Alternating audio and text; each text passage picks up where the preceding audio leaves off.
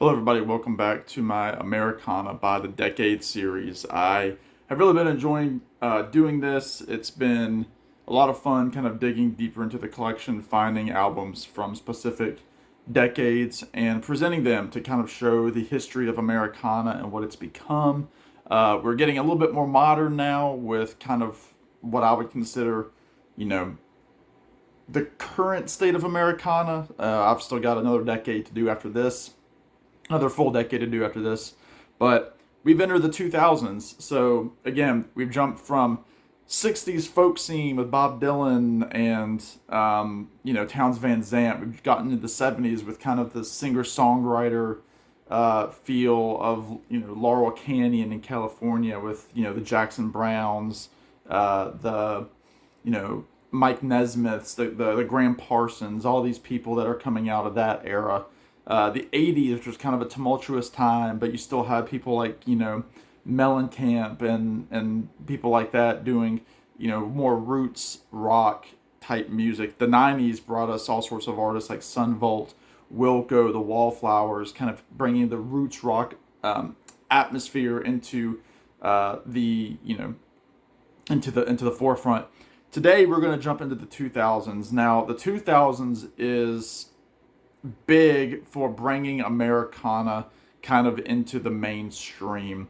And what I mean by that is there were a lot of different styles of music that were coming out in the 2000s. I mean, obviously, by this point, you've got stuff on the radio. You've got full on boy band pop music. You've got R&B. You've got rap, hip hop. You've got kind of the Green Days of the world out there doing the pop punk revival, Blink 182, people like that are really all over the radio in the 2000s. But what you were missing were acoustic guitars and things. And MTV had brought about the advent of MTV Unplugged. You had the Storyteller series as well. So acoustic guitars were starting to become a thing. They were becoming exciting again. And people like Eric Clapton and Nirvana were having this kind of huge career boost because of these unplugged shows that were being advertised and broadcast for millions of people to watch, and their corresponding albums that went along with those episodes blew up in the charts. But again, these were people doing songs that they had already made famous. I mean, you've already got Eric Clapton singing, he did a version of Layla. Well, Layla was a big hit in the 1960s. Nirvana were doing songs that people already knew, but bringing about new music into the big radio stations was huge, and I think kind of really what kick-started everything, and I think a lot of people would agree, was a little-known movie, I say that tongue-in-cheek, by the Coen brothers called "Oh Brother, Where Art Thou?" Now, if you don't know the movie, you probably have definitely heard some of the songs from the movie. Stars George Clooney as a runaway convict. You've got all sorts of people that showed up in Coen Brothers movies, like John Goodman. It's produced by T-Bone Burnett, who was all over the place producing these artists. He just produced an album last year by Ringo Starr, so he's still very active. But this is an album that kind of brought to the forefront old time country, bluegrass, gospel music, and this album exploded. This album stayed on the charts forever. It's an essential record for anybody interested in Americana music.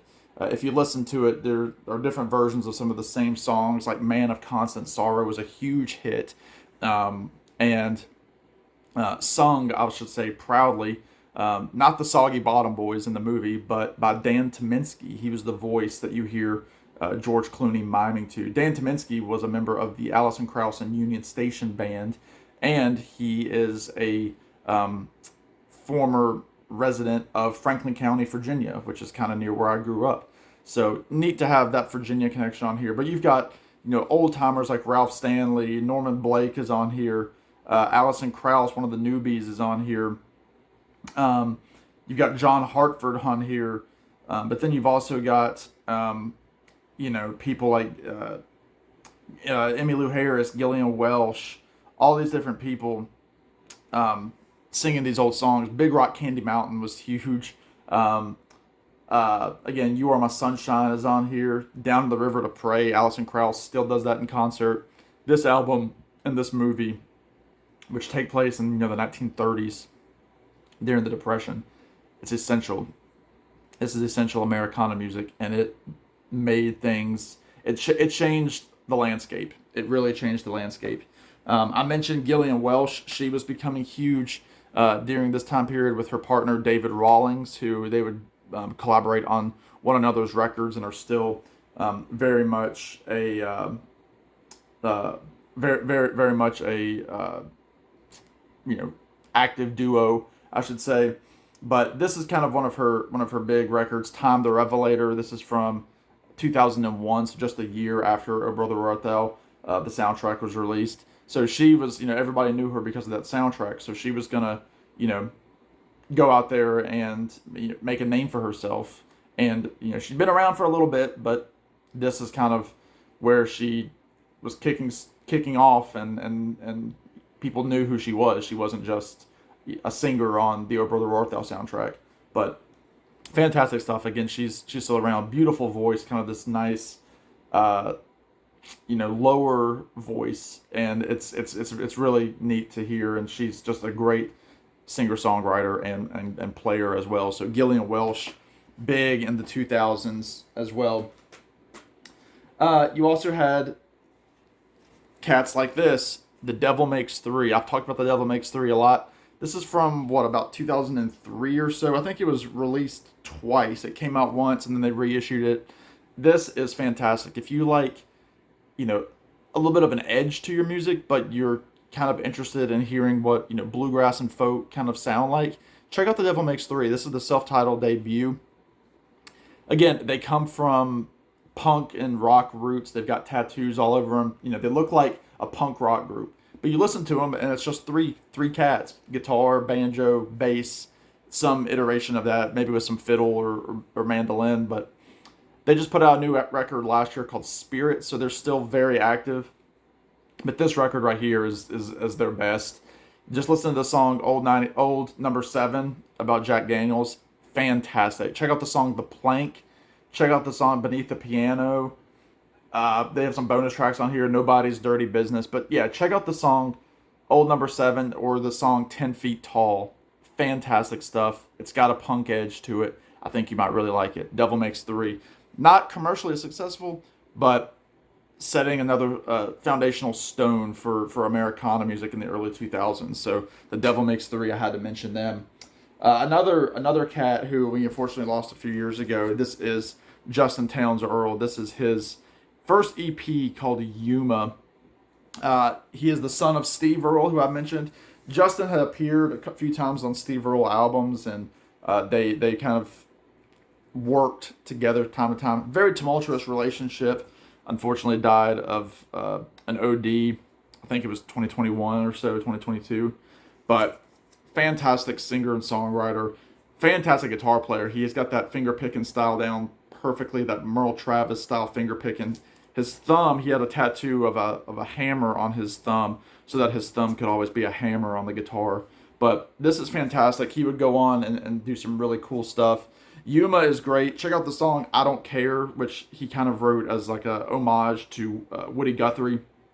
But he was studying the same people as his dad, Steve, and just has done some great stuff since then, up till his death. The album Harlem River Blues, Midnight at the Movies is fantastic. Saint of Lost Causes, his last record, is dark and very, very good. It just fantastic songwriter. He's one of those guys that really inspired me of my guitar playing a lot when I was in college, listening to him and playing his songs with a buddy of mine in college. So Yuma, or anything by Justin Townes Earle, he was coming into his own and making a name from himself outside of just being Steve Earle's son.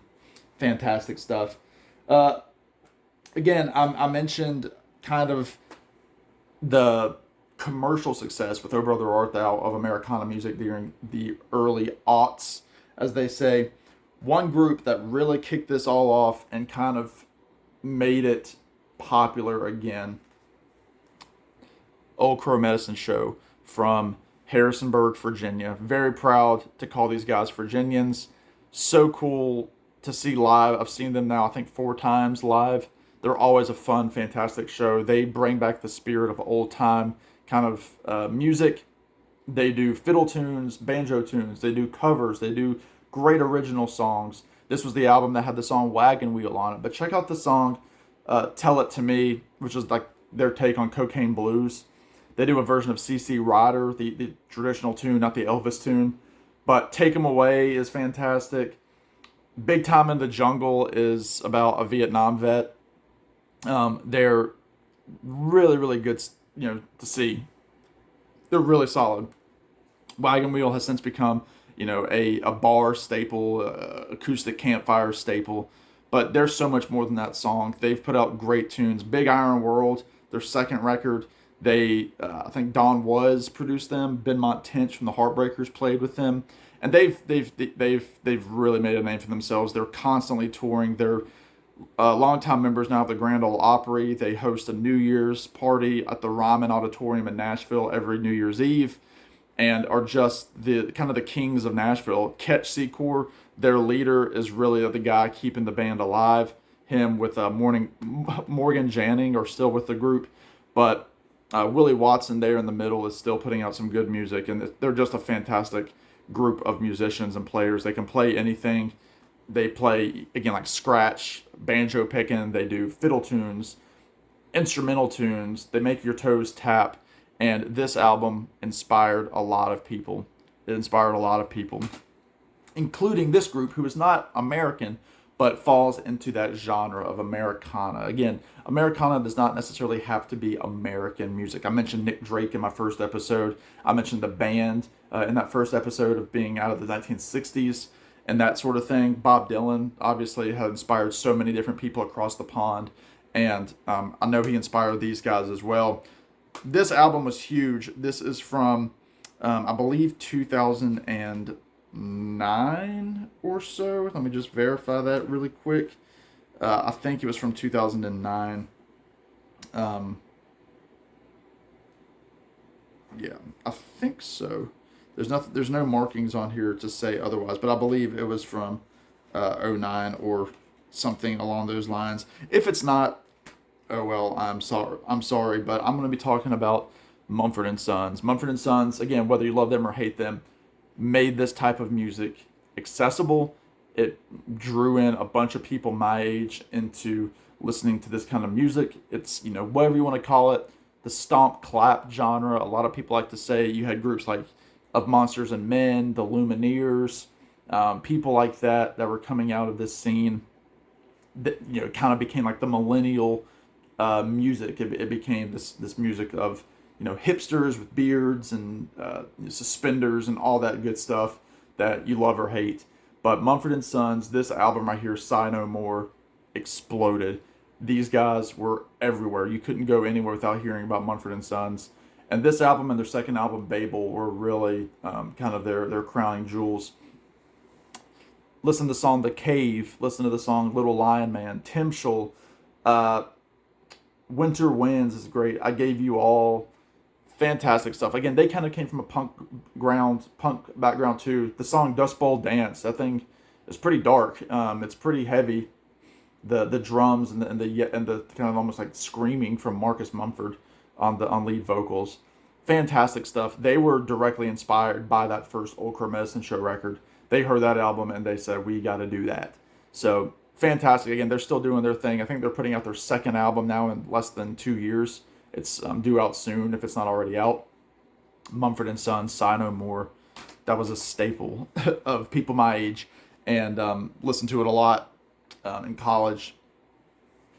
With that as well, you had bands who, were really kind of making a name for themselves commercially. They had already been around a little bit, but they were really coming into their own during the 2000s. I'm going to show this record because this was kind of the record for them that closed out the decade, but also was the record that made them who they are today. I'm talking about the Avett Brothers, I Am Loving You, out of Concord, North Carolina. You've got Scott and Seth Avett, Joe Quan, Bob Crawford on this record. Produced by Rick Rubin on American Records. Fantastic set of tunes. this was the album that really made me a fan of the Avett Brothers, uh, especially of their older stuff, if you want to call it that. They had about 4 or 5 albums before this, but this is the one that really put them on the map. It was with their major label debut again with Rick Rubin. You've got people on here like Ben Montench again, who is off on a lot of Rick Rubin records. He was playing with them. Fantastic. I Am Loving You, January Wedding, Kick Drum Heart, Laundry Room.